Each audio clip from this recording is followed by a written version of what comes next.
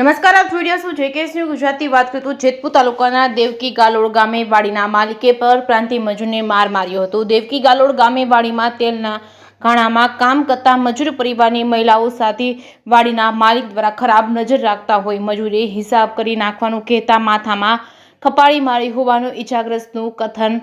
દેવકી ગાલોડ ગામે ખેત મજૂરીએ વાડીના માલિકની ચાલ ચલણ સારી ન હોય હિસાબ કરવાનું કહેતા વાડીના માલિક ગુસ્સામાં આવીને વાડીમાં રહેલ ખપાળી માથામાં મારતા મજૂર ગંભીર ઈજાગ્રસ્ત થયો હતો. શિવમ સુરેશભાઈ મુજાવડા, ઉંમર વર્ષ 22, ખેત મજૂર ગંભીર ઈજાગ્રસ્ત થતા 108 મારફતે જેતપુરની સરકારી હોસ્પિટલમાં ખસેડવામાં આવ્યો હતો. ઈજાગ્રસ્તની હાલત વધુ ગંભીર હોય તે માટે વધુ સારવાર અર્થે જૂનાગઢ ખાતે રેફર કરવામાં આવ્યો હતો.